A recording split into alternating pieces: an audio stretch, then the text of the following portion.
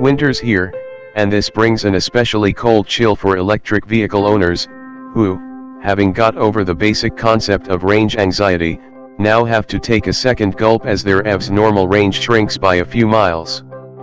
Part of the problem, of course, is that heating up a car from freezing temperatures takes a lot of energy. And merely sticking on a few extra layers of clothing for your daily commute won't quite solve the problem either. You still need electricity to defrost the windscreen and rear glass, after all. Fortunately, Volkswagen has an app for this.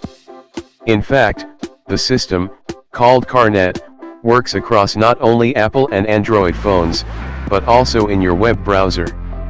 It feeds through a constant stream of information from the vehicle to your desktop or smartphone, via the security of the cloud, and allows you to send configuration instructions back to the car. In other words, this means I can sit in the Auto Express office and check that the e-Golf is still safely parked and locked. But crucially, in the winter months, CarNet also allows me to save departure times and tell the e-Golf to warm up the cabin and defrost the windscreen. The joy of this is that the whole process can occur when the car is plugged into my Charge Master point at home, so it doesn't cost me a single mile of range. I've also started to override the system a bit when I know that I'll have more than enough battery capacity to get me home anyway. There's nothing quite like getting into a pre-warmed car after a long, cold walk.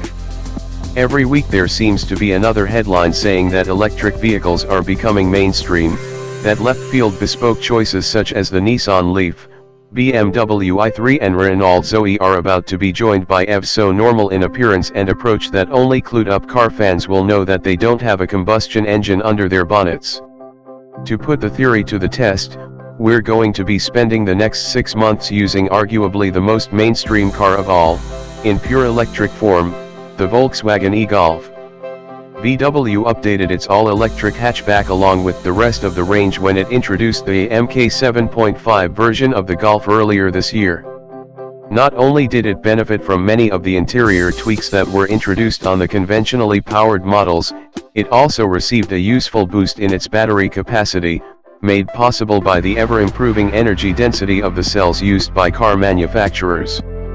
As a result, the e-Golf's theoretical range has risen from a miserly 119 miles to an altogether more promising 186 miles. Fast charging is included, too, allowing you to take the battery from flat to around 80% of charge in just 45 minutes. Even assuming that Volkswagen's range claim is optimistic, the e-Golf ought to be able to manage around 130 miles in the real world.